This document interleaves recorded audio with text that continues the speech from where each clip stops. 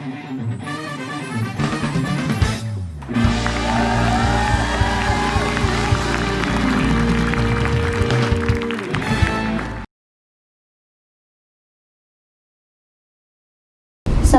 warahmatullahi wabarakatuh. Sahabat Haramain TV, bertemu kembali dengan saya Siti Arfia, dan di samping saya Sarul Milandina Soleha. Hari ini Pondok Pesantren Nurul Haramain kedatangan tamu yang sangat spesial, yaitu seorang presenter TV nasional, yaitu Kak Alfat Tauhid. Halo, assalamualaikum. Waalaikumsalam, Kak Alfat, apa kabar? Baik, alhamdulillah. Senang sekali diundang di Haramain TV sini ya, Afi dan juga Serial. Thank you berat, thank you. Kak Alfat, apa nih kesan pertama Kak Alfat ketika berada di Pondok Pesantren Nurul Haramain? Kesan pertama kagum, karena sesuai namanya Pondok Pesantren Modern Nurul Haramain, dan terasa modernisasinya di sini dari segala ini ya, aspek ya, maksudnya dari aspek olahraganya ada, aspek rohaninya, ininya apa, Hafiz Qur'annya banyak di sini gitu. Hafiz, terlihat tadi posternya ada yang pencapaiannya udah berapa puluh juz, 11 juz, itu kan jadi keren banget gitu. Jadi apa ya, jadi minder juga. Pada keren-keren nih, bisa ngafalin ada yang 30 juz malah. Luar biasa banget. Jadi terus begitu kesini kameranya banyak, terus tadi ngeliat ruang editingnya juga ada green screen juga. Makanannya enak, mantap. Ada apa lagi tadi, bangunannya ada yang mau dibangun lagi. Jadi apa namanya, terasa bahwa pondok pesantren ini ingin 1-2 langkah lebih maju dibandingkan pondok pesantren yang lain, dan itu aku kasih jempol banget buat Nurul Haramain. Keren Nurul Haramain. Alhamdulillah. Tepuk tangan dong buat Haramain TV dong. Ini rame ya? Ya rame dong. Halo Terima kasih teman-teman Kak Alfat. semuanya. Oke, selanjutnya nih Kak Alfat, nih banyak yang penasaran nih sama Kak Alfat. Ya. Nama Alfat Tauhid itu nama asli atau nama di media aja? Itu nama layar. Nama layar. Jadi nama asliku panjang sebenarnya, Muhammad Alfat Tauhidillah. Gitu. Dulu awal-awal pakai namanya Muhammad Alfat. Bersama bertemu lagi bersama saya Muhammad Alfat dalam Kabar Siang. Hari ini kita akan membahas mengenai bla bla bla bla. Terus belakangan banyak kan, ada yang di kantor juga ada Muhammad Rizky, ada Muhammad Rizky malah ada 2 waktu itu. Nah jadi waktu itu ada senior yang ngusulin, kenapa nggak Alfat Tauhid aja, dia bilang. Biar lebih apa, catchy gitu, lebih pendek kan, dua kata, jadi nggak terlalu panjang. Bisa juga nih Alfat Tauhid, oke deh. Nah waktu tadi kan aku sempat sakit tuh. Nah pas masuk lagi, udah aku mau rebranding, ya udah Alfat Tauhid aja supaya lebih inilah, lebih ngena aja, supaya nggak terlalu panjang gitu. Ya lebih gampang disebut juga ya. Lebih gampang disebut Alfat Tauhid gitu. Cuma kalau nggak salah ada toko tahu namanya Tauhid gitu. Jadi sering di tahu Tauhid gitu. Jadi sering diledekin, ini presenter apa tukang tahu kayak gitu. Tapi seneng, namanya bagus Pak, Alfat Tauhid. Seneng sih. Bagus nggak Alfat Tauhid? Pasti bagus lah, apalagi presenter TV nasional. Amin. Oke, pertanyaan selanjutnya Kak Alfat. Jadi di sini teman-teman nih banyak yang penasaran, kan sebagai pembawa berita nih, kita tuh nggak bisa ya intonasinya itu kayak intonasi ngomong biasa. Pasti ada intonasi tertentu, terus suara-suaranya tuh khas. Gimana sih, ada nggak sih tips-tips supaya ini menjadi buat suara kita tuh jadi suara yang cocok untuk membawakan berita gitu? Intonasi, jadi memang membawakan berita itu butuh penekanan yang berbeda dengan kita bicara sehari-hari. Kan kalau ngomong nih biasa gini nih, kita Afif apa kabar, saya apa kabar, baik. Kalau udah baca berita nggak bisa seringan itu gitu. Maksudnya bukan berarti harus berat, tapi untuk menunjukkan bahwa apa yang kita sampaikan itu benar-benar kita yakin gitu. Pertama butuh yakin dulu dengan berita yang akan kita sampaikan. Kalau kita hanya sendiri nggak yakin, gimana penonton mau yakin dengan apa yang disampaikan pendengar? Jadi harus yakin dulu. Oh, ini beritanya benar, beritanya penting, beritanya bagus, pemirsa harus dengar. Nah, permasalahannya menyampaikannya. Tadi kan sudah bertampilan tadi kan pas materi, pas nyampeinnya juga intonasinya harus benar. Intonasi apa sih? Intonasi itu kan lagu kalimat lah istilah gitu, lagamnya lah gitu kalau di Quran ya, langgapnya gitu. Nyanyiannya. Nah cuma nih jadi sebenarnya nggak ada yang baku, semua orang punya referensi atau cara intonasi mereka masing-masing, karakternya masing-masing, terbalik lagi ke karakter. Cuma kalau saya memang lebih cenderung untuk membuat intonasi ini dinamis. Jadi dinamis itu gimana ya? Nah misalnya gini,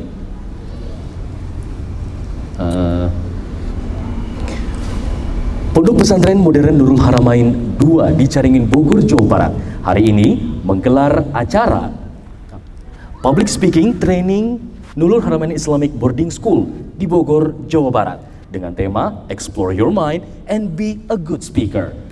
Jadi bikin lebih tegas sedikit, cuma tergantung temanya juga. Kalau temanya ringan kita bikin tegas tapi agak ringan. Jadi di middle tone gitu. Middle tone ada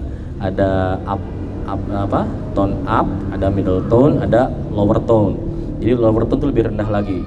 Kayak Pondok Pesantren Modern Nurul Haramain 2 di Caringin, Bogor, Jawa Barat. Itu lower tone. Kalau middle tone tadi Pondok Pesantren Modern Nurul Haramain 2 Caringin, Bogor, Jawa Barat. Kalau up, Pondok Pesantren Modern Nurul Haramain 2 Caringin, Bogor, Jawa Barat. Kerasa nggak bedanya? Kerasa. Ya? Jadi pembedaan tebal tipisnya suara, tone-nya, tone itu pasti nadanya, itu mempengaruhi penyampaiannya juga. Jadi biasanya kalau berita lebih di middle tone, jadi nggak terlalu tinggi. Kalau tinggi terlalu happy biasanya. Itu biasanya untuk berita-berita ringan masih bisa. Berita liburan, berita feature tuh fitur. Jadi memfiturkan sesuatu. Kita kalau ngomongin teknologi sesuatu kita fiturkan tuh biasanya lebih pakai upper tone. Kalau middle tone untuk berita-berita normal, berita-berita biasa. Nah, dan itu butuh dinamisasinya lagi, tone-nya itu nadanya. Jadi nggak bisa juga pakai middle tone tapi nggak ada dinamisasinya. Misalnya ini ada berapa nih? Misalnya ada sekitar 100 orang di sini kan. 100 santri di Pondok Pesantren Nurul Haramain 2 mengikuti acara hari ini. Nah, itu kan terlalu datar. Dibikin ada dinamisasinya. 100 santri di Pondok Pesantren Nurul Haramain 2 mengikuti acara di hari ini. Misalnya gitu. Jadi ada penekanan-penekanan di jumlah biasanya. Karena untuk menekankan jumlah itu cukup penting loh di berita. Jadi ada 100 orang lebih, berarti acaranya penting, acaranya banyak yang ngikutin gitu. Terus biasanya di nama, jumlah, nama sama jumlah sama nama tuh biasanya ada penekanan sendiri di Pondok Pesantren Modern Nurul Haramain 2. Jadi orang jelas tahu bahwa tempatnya di sini, jumlahnya segini, acaranya ini.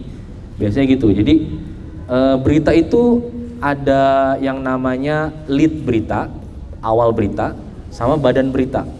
Lead berita itu kalau teman-teman belajar, mungkin kalian pasti belajar mengenai 5W1H. Ya. Tahu kan? Biasanya di lead berita itu mengandung 5W1H, tapi enggak semua unsurnya dipakai semua. Jadi enggak 5W1H-nya semuanya dipakai di lead.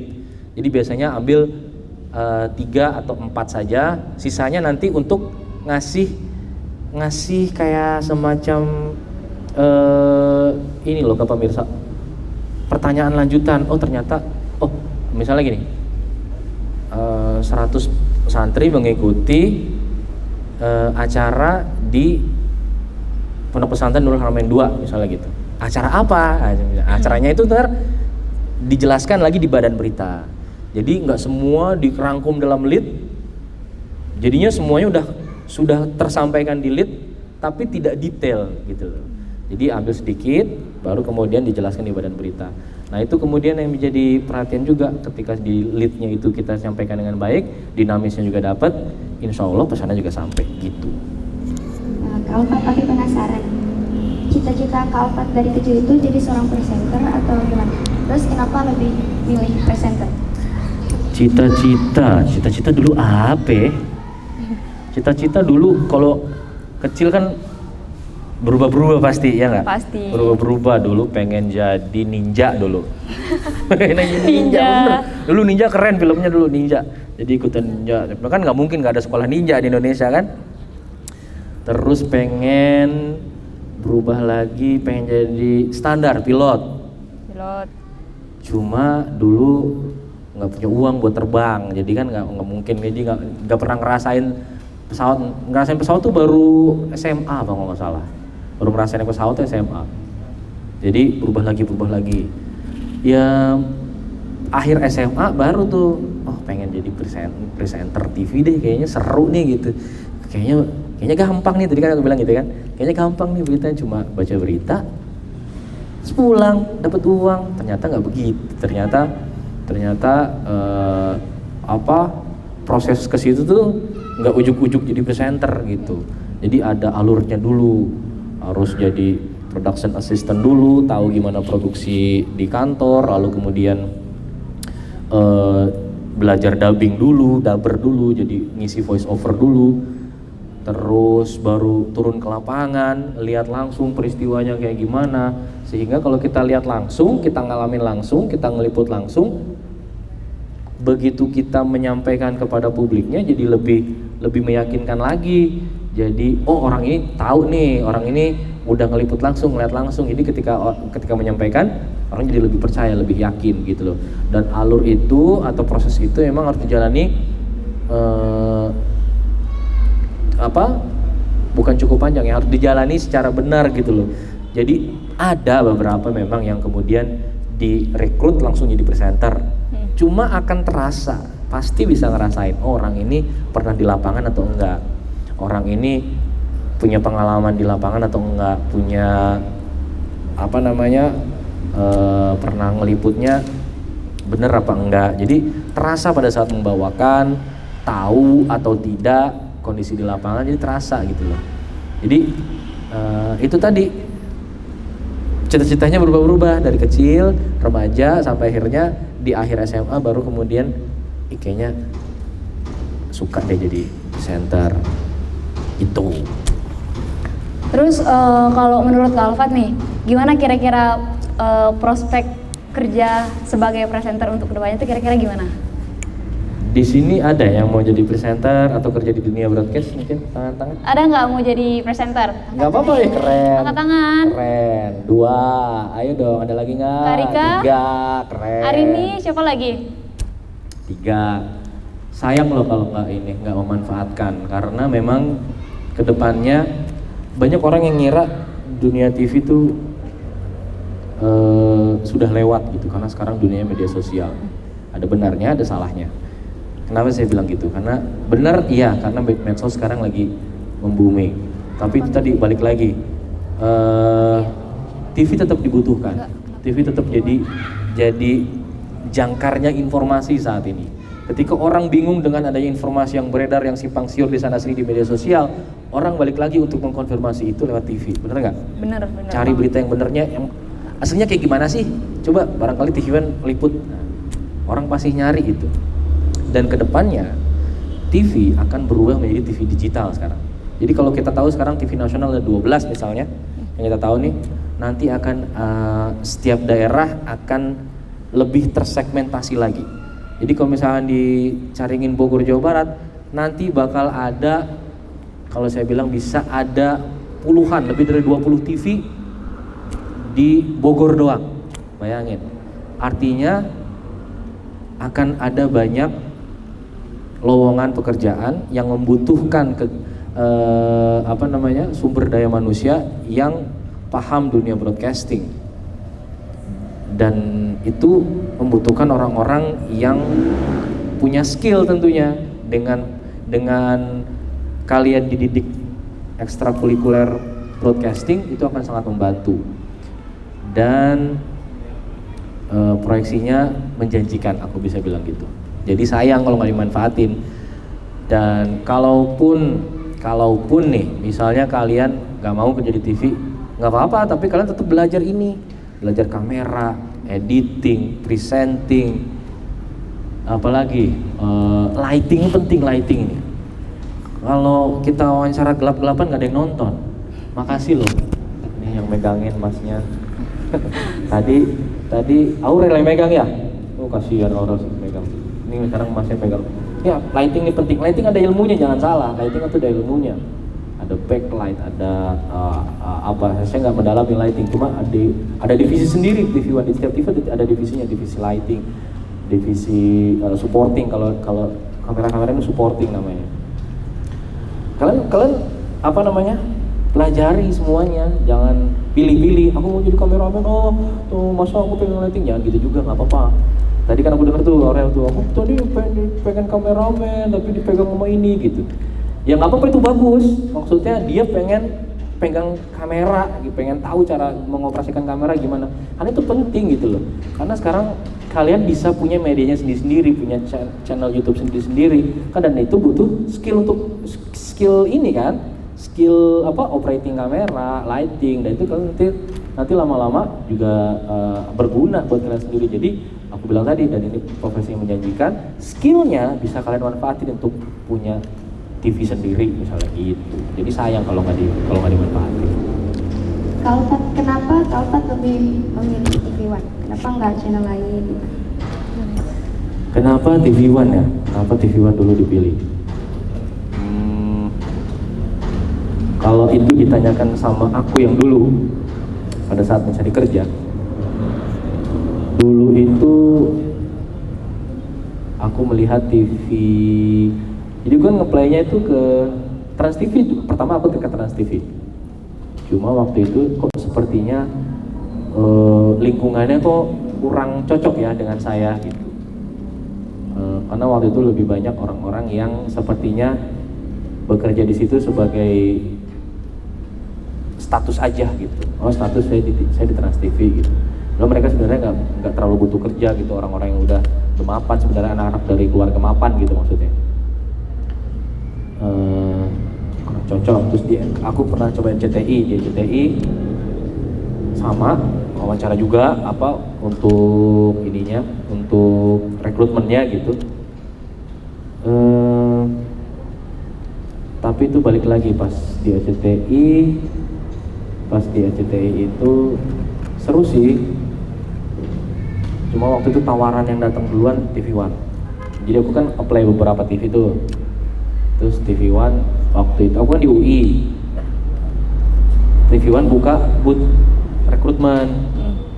Terus ada audisi di tempat gitu kan. Cek. Udah masukin CV, taruh di situ. Terus yang manggil duluan TV One. Terus aku berbandingkan di TV One waktu itu. Jadi pada saat TV One terbentuk itu kan dia kayak ngumpulin jurnalis-jurnalis keren dari semua TV. Dari SCTV diambil, Antv diambil, Metro diambil waktu itu. Ada Alvito Denova, ada Rahma Sarita dulu, ada siapa lagi dari Trans TV, ada Arya Widihardi dulu dari Trans TV, ada Devi Lukmansyah, ada Ratna Dumila waktu itu, ada Tina Talisa dulu itu Avengers-nya jurnalis TV dulu zaman dulu, keren-keren gitu. Dan itu bikin wah, gue someday harus jadi kayak mereka nih gitu. Mereka bisa, gue juga pasti bisa. Dan itu tadi, kalau memang kita mau sama sesuatu hal ya kita kejar gitu loh. Kita cari gimana caranya supaya bisa begitu. Kalau nggak nanya, kayak nggak ngejar ya nggak akan dapet. Itu sih, saya ngelihat lingkungannya tuh benar-benar suportif banget di TV One, dan orang-orangnya memang benar-benar mumpuni di situ. Bos-bosnya juga orang-orang yang sudah berkecimpung lama. Jadinya kita aku milihnya ke TV One ke situ, jadi bisa cari ilmunya bisa lebih cepat dapat gitu. Karena semua udah ngumpul di situ kan, tim-tim jagonya, ya udah belajar dari situ tuh. Kenapa nggak sekali kita manfaatin ambil ilmunya sekalian? Gitu. Ya, alhamdulillah ilmunya bisa sedikit demi sedikit keserap.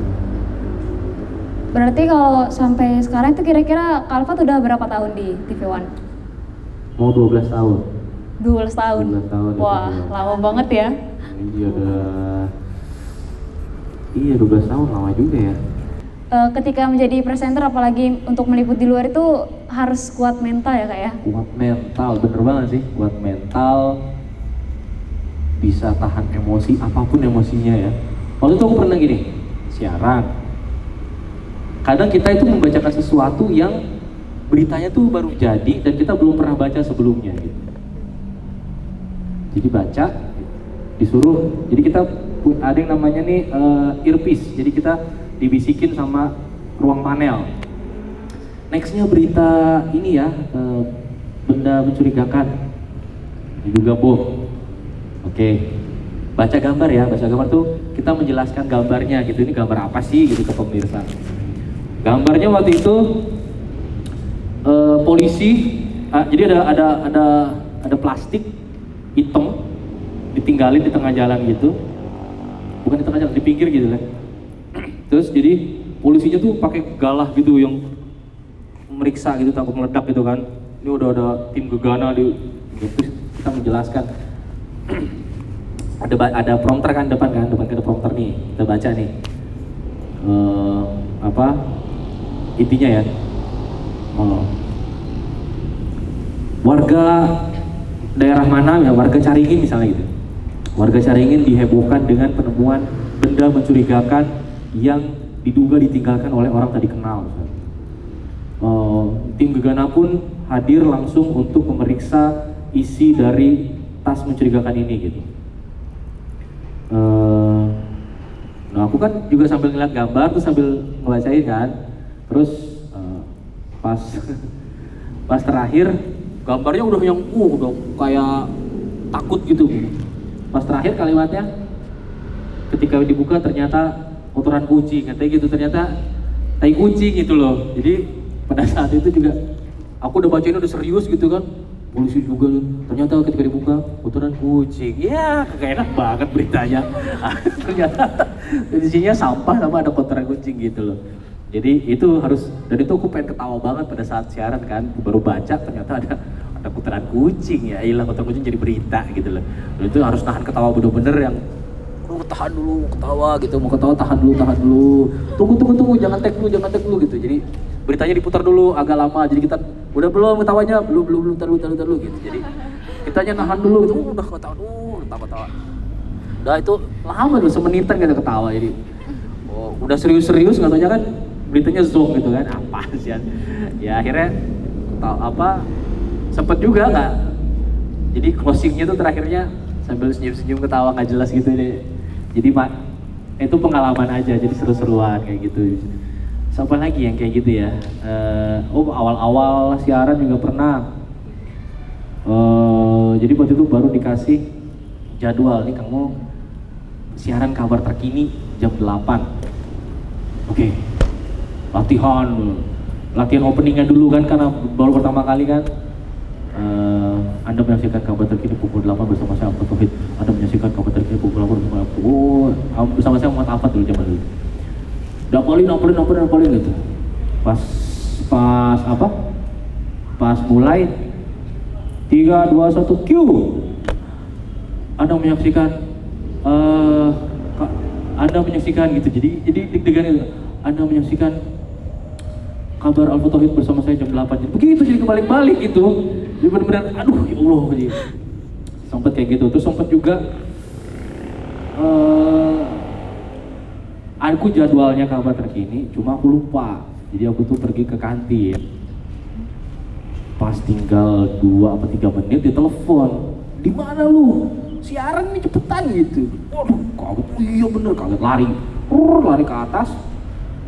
Habis lari kan pasti ngos-ngosan kan? Gitu kan? Udah mau ngos-ngosan, lupa pakai clip on. Mana clip on? Ini kliponnya juga jatuh nih. Jatuh. Oh iya nih. Nah kayak gitu, kliponnya nggak pakai klipon, cus mukanya muka capek gitu kan. Depan kamera gitu. Muka aduh ya Allah jelek banget.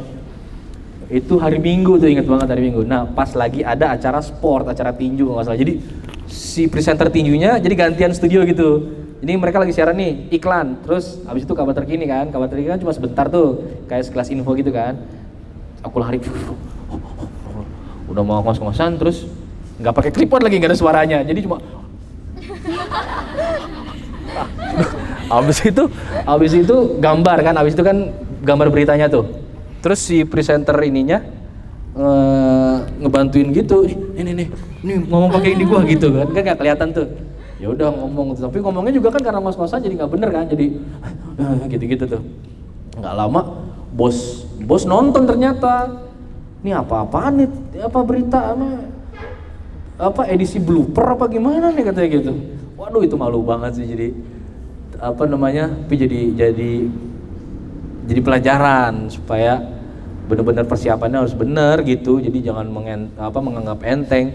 Jadi waktu itu nggak ada jam sini, nggak ada kabar terkini, udah main aja dulu, makan dulu gitu. Padahal kita harus cross check lagi ke MCR, ke master control room. Kita ada nggak jadwal jam segini? Oh ada, berarti siap-siap gitu. Jadi itu jadi pelajaran juga, tapi jadi pengalaman. Kak Alfat, tadi kan kata Kak Alfat televisi ini udah lewat. Terus sekarang yang booming itu media sosial kayak YouTube. Ada nggak sih rencana Kak Alfat buat bikin channel YouTube sendiri? Rencana ada, malah ada sih, channelnya ada, cuma nggak ada isinya, belum ada isinya. Saya baru bikin waktu itu saya lagi in charge kabar mudik. Jadi setiap lebaran kan pasti kantor semua tutup kan, pemerintah juga tutup tuh kantor-kantornya. Jadi semuanya akan fokus bikin berita soal mudik. Nah waktu itu saya 3 kali disuruh pegang sebagai PIC-nya kabar mudik. Jadi saya yang in charge semuanya, deploy tim, bikin tampilannya kayak gimana, konsepnya gimana, temanya apa, itu saya yang bikin semua waktu itu.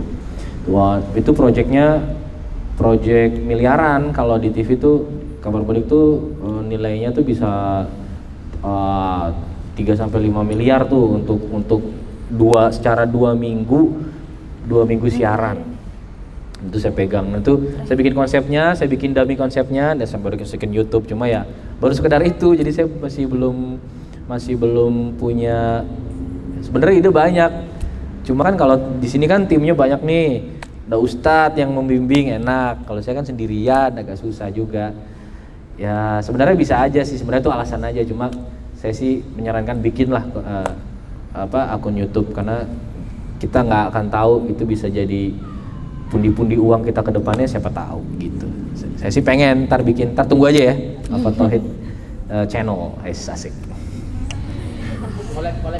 Collab kita. Oke Kak Alfat, sebelum kita akhiri, Udahan nih, aduh sayang banget.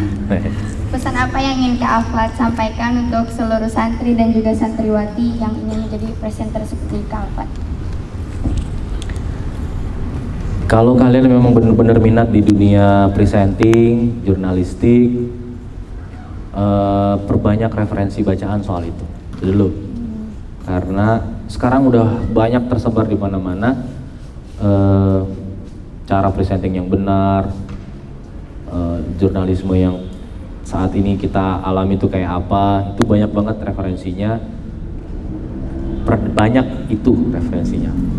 Lalu kalau emang kalian concern atau pengen banget jadi presenter, banyak-banyak belajar ngomong depan cermin. Di situ kalian bisa tahu tuh kecenderungan kalian apa. Kecenderungan tuh maksudnya kecenderungan yang kalian lakukan di depan kamera tuh kayak apa. Jadi kadang kita tuh nggak sadar melakukan sesuatu depan kamera yang sebenarnya kecil tapi ganggu. Waktu itu saya pernah kasih tau Afi tuh, waktu itu dia ke rumah saya sama tim. Misalnya secara nggak sadar kita berkedip terlalu banyak misalnya. Kadang ada tuh orang kayak gitu. Jadi nah kayak gitu-gitu. Jadi orang ganggu. Jadi orang nggak nggak merhatiin apa yang diucapkannya lagi gitu loh. Yang diliatin mukanya. Jadi tuh fokus. ada penelitian yang mengatakan bahwa dari penampilan suatu pemateri atau presenter atau apa itu 55% yang dilihat cara dia membawakan, ya. Terus 38% itu gestur tambahannya. 7% isinya. Jadi isinya tuh cuma 7% yang diperhatiin. 7%. Tapi yang lebih besar yang diperhatiin adalah bagaimana cara dia membawakannya. Caranya itu kayak apa, terus gesturnya itu gimana. Nah, gestur itu juga mempengaruhi. Jadi berkedip terlalu banyak itu akan menimbulkan efek ketidakpercayaan sama orang yang melakukan itu gitu. Ya orang kenapa sih matanya malah jadi gitu loh. Atau menjilat bibir, kadang tuh suka tuh. Pemirsa, nah kayak gitu tuh. Bibirnya kering kan, sering kan kalian ngomong terus kayak tenggorokan kering gitu. Kayak pengen batuk terus bibirnya kering, pecah-pecah gitu misalnya. Terus jadi jilat-jilat gitu. Itu ngeganggu, jadinya agak kurang enak gitu dilihat. Atau misalnya dia terlalu mendongak gitu, ininya dagunya, atau duduknya bungkuk misalnya, ada aja yang kayak gitu. Jadi kalian harus tahu kecenderungan kalian apa di depan kamera. Apakah itu terlalu namanya kedip, apakah duduknya kurang tegak, terus duduknya yang enak tuh kayak gimana, atau berdiri yang enak tuh kayak gimana. Jadi itu perlu kalian dalami lagi. Kalian harus tahu dulu cocoknya kita tuh kayak gimana sih di depan kamera gitu. Rekam aja dulu, kalian coba, kalian rekam, terus kalian nonton sendiri, pasti ingat, kok gue gitu banget sih gitu, suara gue kok gitu sih, kok berdua, nah pasti ada gitu-gitu tuh. Nah itu kalian perhatiin, kalian catat tuh, minus gue tuh di sini, berarti aku harus perbaiki ininya. Nah itu penting sih kalau menurutku. Yang aku lakukan dulu gitu.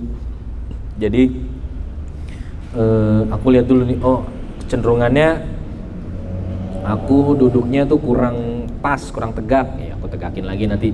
Jadi itu ntar akan muncul di alam bawah sadar ketika kamu duduk depan kamera. Udah tersetting di sini. Gua harus begini. Ketika duduk ini, materi udah tinggal dibacakan, siap, udah enak.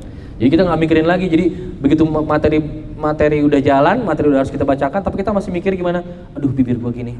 Aduh, gua harus duduk kayak gini. Jadi materinya jadi nggak konsen kalian gitu. Jadi kalian harus sudah paham dulu sama konsep diri kalian ketika di depan kamera tuh kayak gimana. Ketika itu sudah selesai, sudah beres, sudah paham, baru bisa fokus sama materi jadi lebih enak.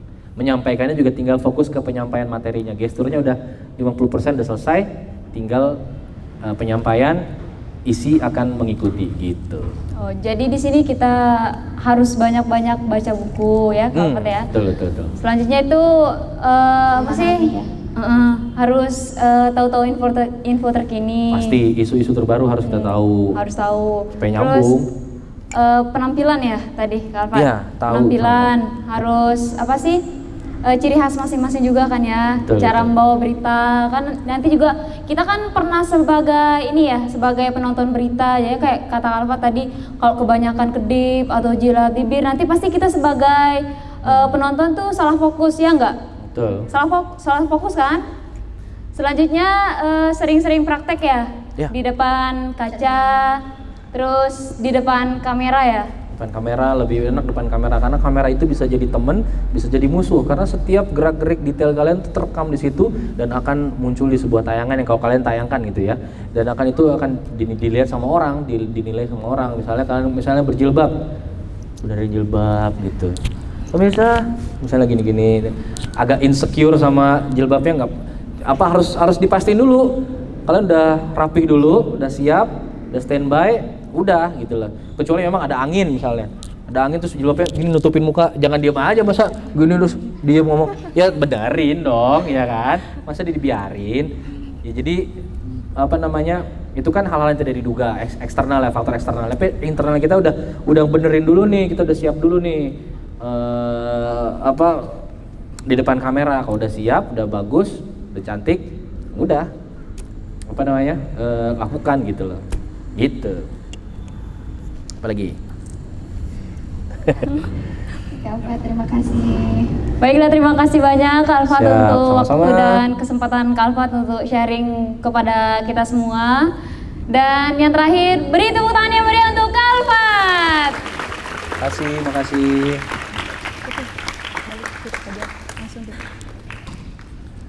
Baik sahabat Haromain TV, demikian perbincangan kami dengan Kak Alfat Tauhid. Saya Siti Arfia dan di samping saya Saya Milani Soleha. sekian, terima kasih. Wassalamualaikum warahmatullahi wabarakatuh. Waalaikumsalam warahmatullahi wabarakatuh.